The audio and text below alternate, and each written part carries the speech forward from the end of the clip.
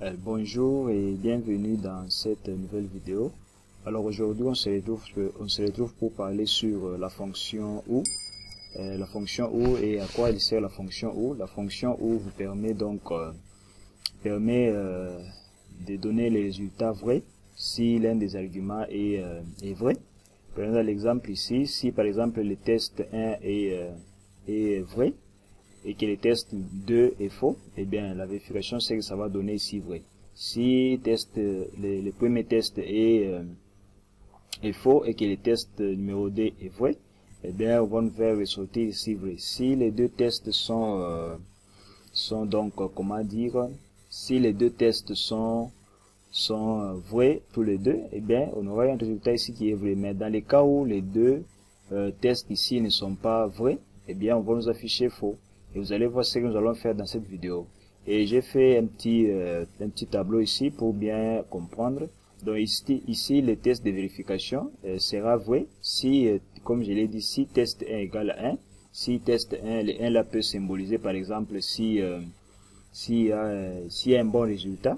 Donc si test 1 il y a un bon résultat, eh bien on va nous afficher quoi? On va nous afficher vrai. S'il arrivait que le test 2 il a un bon résultat et que c'est faux ici, eh bien on va nous afficher encore vrai. Et à la fin, si il arrivait que nous avons les deux tests sont vrais, eh bien on va nous afficher ici vrai. Donc c'est un peu c'est à ça que sert la fonction OU. Donc elle vous permet de pouvoir ressortir la vérification, le résultat vrai, si l'un des arguments est respecté ou vérifié. Donc voilà un peu. Et comment est-ce qu'on va l'utiliser? On va juste écrire égal. J'écris égal, je fais OU. Donc je fais OU, j'ouvre la parenthèse. Et bien je lui dis si le test 1 égale vrai, donc égale 1, mais 1. Et je lui donne encore le deuxième, donc le test 2. Et je lui dis aussi si le test 2 égale 1, donc si le test 2 est vérifié ou ça passe sans problème, alors qu'il puisse faire ressortir vrai. Et je ferme la parenthèse. Je ferme la parenthèse et je fais entrer. Là il me dit vrai. Vous allez remarquer que je n'ai pas mis, j'ai mis juste l'argument qui est ici en dernier. En soi, le dernier argument ici va englober les autres arguments qui sont ici. C'est pourquoi je n'ai pas écrit ça à part, l'autre ici à part. Je les ai englobés dans une seule formule qui se focalise sur le troisième critère qui est ici. Et donc ça englobe les deux ici. Ne vous compliquez pas donc la vie. Donc voilà un peu. Quand j'écris les deux ici, donc si l'un des deux est vrai, il va nous afficher vrai. S'il arrive que les deux sont vrais, eh bien, il va nous afficher vrai. S'il arrive que l'autre ici est vrai, eh bien, il va nous afficher quoi? Il va nous afficher vrai. Et on va vérifier, vous allez voir. Je fais entrer. Là, il me dit vrai. Et c'est vrai. Donc, ici, on a dit, le test sera vrai si le test 1 est vérifié.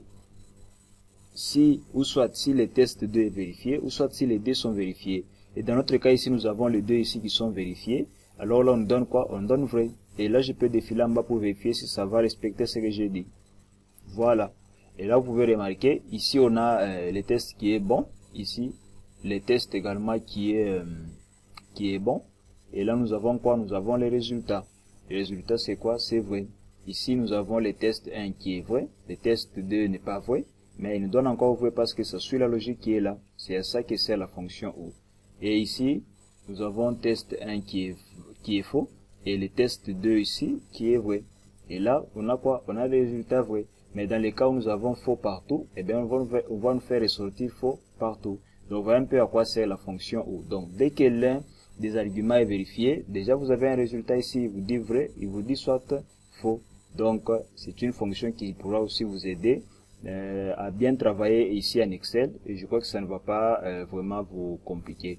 Sinon, je reste à votre disposition. Si vous avez des difficultés, n'hésitez pas à me l'écrire en commentaire et je serai vraiment là pour pouvoir vous aider à pouvoir comprendre cette fonction ici. Sinon, on se dit ciao et à la prochaine vidéo.